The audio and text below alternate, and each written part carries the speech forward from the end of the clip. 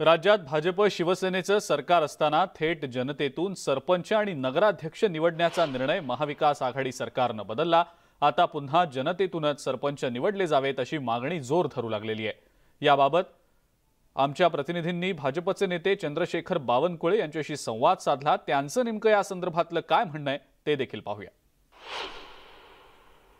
मागणी आणि का बरं तुम्हाला ही मागणी करावी लागत आहे, त्याचं कारण काय?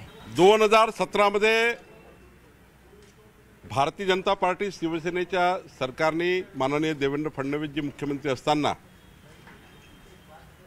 थेट जनतेमधनं मतदारामधनं सरपंच व्हावा, नगराध्यक्ष सुद्धा थेट मतदारामधनं जनतेमधनं व्हावा।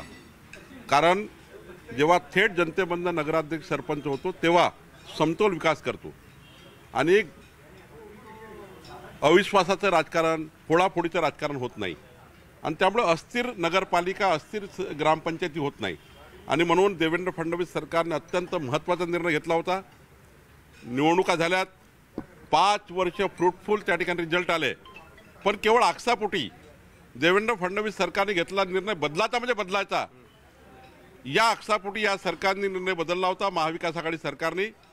पण आत्ता मी मागणी केली आहे माननीय मुख्यमंत्री आणि माननीय देवेंद्र फडणवीस साहेबांना, एकनाथजी शिंदे साहेबांना, की येणाऱ्या अधिवेशनामध्ये तातडीनं पुढच्या जेवढ्या निवडणुका होणार आहे त्या निवडणुकीकरता सरपंच जनतेमधनं व्हावा, नगराध्यक्ष सुद्धा जनतेमधनं व्हावा।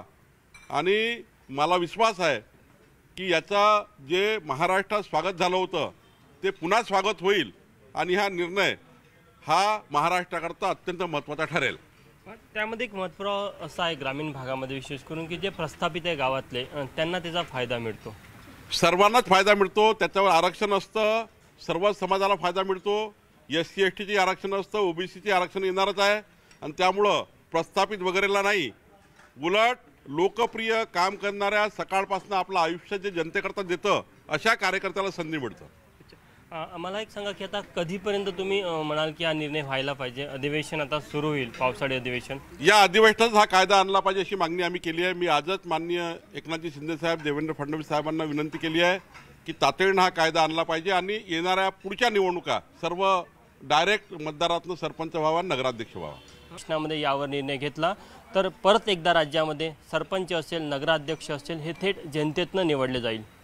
व्हिडिओ प्रशांत मोहितेसह तुषार कोहड़े, न्यूज 18 लोकमत, नागपूर। सूरत ते गुवाहाटी, मुंबई ते दिल्ली,